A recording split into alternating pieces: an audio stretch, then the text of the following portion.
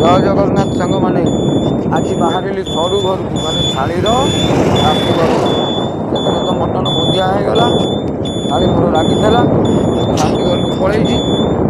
ସିଏ ଯାଇକି ମୋତେ ଡାକୁଛି, ଆଉ ମଟନ ଟିକେ କରିଛି। ମୁଁ ସେ ଭୁଲ ଆଉ କରିବିନି। ଦେଖନ୍ତୁ ଏଇ କୁହୁଡ଼ା କୋଉ ରେଟ୍ ହେଇଛି। ମୁଁ କହିଲି ନାଇଁ ନାଇଁ, ଭୋରୁ ଭୋରୁ କଷିବି ଯଦି ମୁଁ ସକାଳୁ ସକାଳୁ ଯିବି, ନହେଲେ ସେଇଦିନ ଭଳିଆ ହଇରାଣ।